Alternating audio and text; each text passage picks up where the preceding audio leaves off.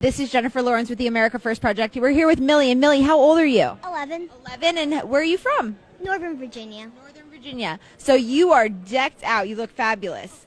Why do you support Mr. Trump? So one day I was at home watching the TV. This is before the election sort of began.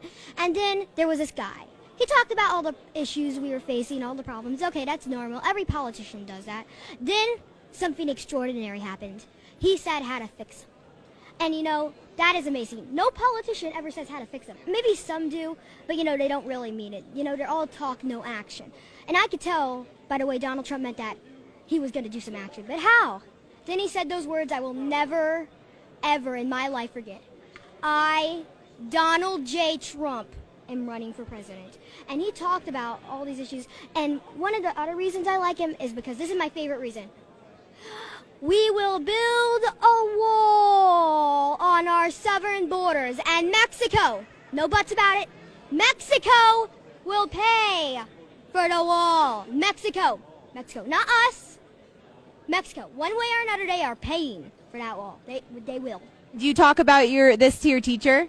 Oh, yeah, she's actually a Republican. Oh, she is? Does anybody in your school give you a hard time for supporting Mr. Trump? Lots of the kids in my class do. Mostly the sixth graders do a lot, Yeah. What do they say to you? Well, they say they really know me for my golden jacket I love, but then they say, oh, it's Trump girl and stuff like that. But, I don't let it get to me. So what are the major problems you see in this country? Immigration, I love immigrants. If they come here legally. I don't like the word illegally. I like legally.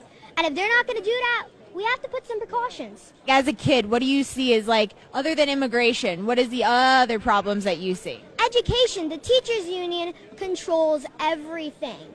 So I like how Donald Trump put in charge of education a lady named Miss Betsy, I think. Betsy DeVos? Yes, Miss Betsy DeVos. And she's just great. She's doing everything we need to. And I heavily support school choice. Did your parents get you involved in politics? Not really. Actually, my mommy was a Ted Cruz supporter in the primaries. I told her on the primary the day of voting, I told her to vote for Trump. She needs to vote for Trump. She didn't listen to me. That's okay. But now, after the primary, she realized the mistake she did. I like Ted Cruz, just not as much as Donald Trump. What do you want to be when you grow up? I'm going to graduate from Penn State University, be in the Army for 5 years, be a police officer, be a homicide detective, be a private investigator, all while having the hobby as an Egyptologist and an astronomer. And then I'll retire, become a judge, and then if the country really needs me, I'll run for president. Yes, on the Supreme Court. Oh, so you're going to run for president. That would be awesome. And what are you gonna run like Mr. Trump ran and tell the media that they're not what is gonna make the world go around anymore? That it's the American people that are what's gonna make the world go around?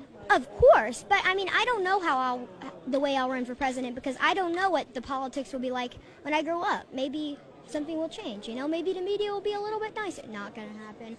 But I just don't know the way I should run yet. And maybe, I won't know that until I'm ready to run for president, which is way after I'm 30, let's just say that. So if Mr. Trump wasn't if he wasn't in the election this cycle, would you have been involved in politics like you are?